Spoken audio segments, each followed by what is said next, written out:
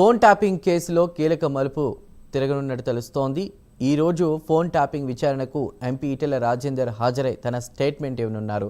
బాధితులు సాక్షుల స్టేట్మెంట్ ఆధారంగా సిట్ అధికారులు కోర్టును ఆశ్రయించనున్నారు. ఇప్పటికే ప్రణీత్ రావు, తిరుపతన్న, రాధాకిషన్ రావు, భుజంగరావుల స్టేట్మెంట్లను సిట్ అధికారులు రికార్డ్ చేశారు. అలాగే రివ్యూ కమిటీ సభ్యుల స్టేట్మెంట్ను కూడా రికార్డ్ చేశారు. ఇప్పటికే ప్రభాకర్ రావును సిట్ అధికారులు 5 సార్లు విచారించారు. కానీ ప్రభాకర్ రావు ఎంత మాత్రం సహకరించడం లేదని అంటున్నారు. ప్రభాకర్ రావుకు ఉచ్చు బిగించేందుకు సిట్ అధికారులు బాధితుల నుంచి స్టేట్మెంట్ను రికార్డ్ చేయనున్నారు.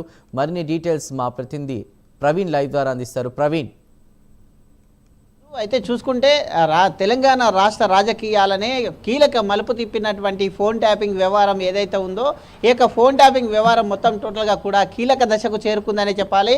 ఈ ఫోన్ ట్యాపింగ్ వ్యవహారంలో మెయిన్ ఏవన్గా ఉన్నటువంటి ప్రభాకర్ రావును ఇప్పటికే సిట్ అధికారులు 5 దఫాలుగా విచారించారు. 5 దఫాలుగా విచారించిన నేపథ్యంలో సిట్ అధికారుల ముందు కొన్ని క్వశ్చన్స్ దాటవేస్తూ కూడా ప్రభాకర్ రావు అయితే తెలివిగా అయితే ఉపయోగిస్తున్నారని చెప్పాలి. అయితే సిట్ అధికారులకు ఏమాత్రం సహకరించట్లేదు. అయితే ప్రభాకర్ రావు ఈ ఫోన్ ట్యాపింగ్ వ్యవహారం వెలుగులోకి వచ్చినప్పటి నుండి అయితే ఏ రోజైతే ఫోన్ ట్యాపింగ్ వ్యవహారం వచ్చేసి ఈ యొక్క ప్రభుత్వం బీఆర్ఎస్ ప్రభుత్వం చేంజ్ అయ్యి కాంగ్రెస్ ప్రభుత్వం రాగానే అయితే అటు నుండి అంటే చెన్నై నుండి అమెరికా వెళ్ళినటువంటి ప్రభాకర్ రావు సుమారు 14 నెలల పాటు అమెరికాలో ఉన్నారు. అమెరికాలో ఉన్నటి క్రమం లోపల పోలీసులు నోటీసులు, లుకౌట్ నోటీసులు ఇచ్చారు, రెడ్ కార్నర్ నోటీసులు ఇచ్చారు. ఈ నేపథ్యంలో కోర్టును ఆశ్రయించడం జరిగింది. ప్రభాకర్ రావు సుప్రీంకోర్టును ఆశ్రయించడం జరిగింది. సుప్రీంకోర్టును ఆశ్రయించే అఫెండర్గా నేను మొత్తం టోటల్గా సిట్ అధికారులకు విచారణకు సహకరిస్తాను అంటూ కూడా చెప్పడంతో అయితే 1 టైం పాస్పోర్ట్ను అయితే ఇచ్చారు. 1 టైం ఆ యొక్క పాస్పోర్ట్ వచ్చిన తర్వాత అయితే ఇండియాకు రావడం జరిగింది. ఇండియాకు వచ్చిన వెంటనే అయితే ప్రభాకర్ రావును 5 దఫాలుగా సిట్ అధికారులు విచారించారు. ఈ నేపథ్యంలో ఇంతకు ముందే ఈ కేసులో అయితే ప్రధాన నిందితులుగా ఉన్నటువంటి ఎవరైతే తిరుపతన్న కానీ, భుజంగరావు కానీ, అయితే రాధాకిషన్ రావు కానీ వీళ్ళందరినీ కూడా విచారించిన నేపథ్యంలో వాళ్ళ స్టేట్మెంట్లను కూడా అప్పటికే రికార్డ్ చేశారు. రికార్డ్ చేసిన క్రమం లోపల ఈ కేసులో ఏటుగా ఉన్నటువంటి ఎవరైతే ఈ యొక్క ప్రణీత్ రావు ఉన్నారో ప్రణీత్ రావు హార్డ్ డిస్కులను ధ్వంసం చేయడం కూడా జరిగింది. కాబట్టి అయితే ప్రణీత్ రావు వాంగ్మూలాన్ని కూడా తీసుకొని ప్రణీత్ రావు వాంగ్మూలం చెప్పిన ప్రకారంగా అయితే రాధాకృష్ణ రావు చెప్పిన ఆధారంగా వీళ్ళందరి స్టేట్మెంట్లతోని ప్రభాకర్ రావుని విచారించడం జరిగింది. ప్రభాకర్ రావుని విచారించిన క్రమం లోపల అయితే ఎలాంటి సహకారం అందించకపోవడంతో ప్రభాకర్ రావు అయితే ఈ విధంగా సిట్ అధికారులు ఒక నెక్స్ట్ స్టెప్గా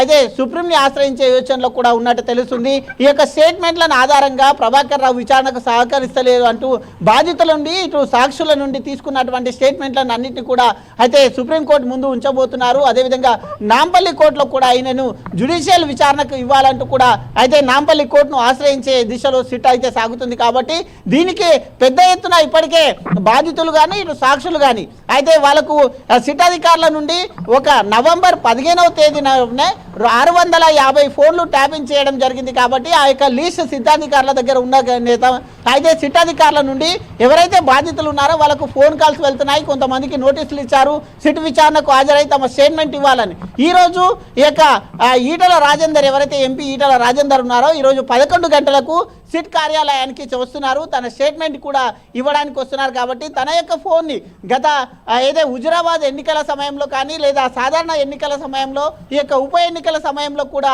అయితే ఈ యొక్క ఎవరైతే బీఆర్ఎస్ నుండి కాంగ్రెస్కి వెళ్ళారో ఆ నేతల పైన గిట టార్గెట్ పెట్టారు. కాబట్టి ఈ యొక్క ఫోన్ ట్యాపింగ్ వ్యవహారంలో ఈటెల రాజేందర్ అయితే స్టేట్మెంట్ ఈరోజు ఇవ్వడానికైతే సిట్ అధికారుల ముందుకు వస్తున్నారు. కాబట్టి ఈ మొత్తం టోటల్గా చూసుకుంటే ఫోన్ ట్యాపింగ్ వ్యవహారం మొత్తం ఒక కొలికి వచ్చే విధంగా కనిపిస్తుంది. Chandu. Right Praveen, thank you.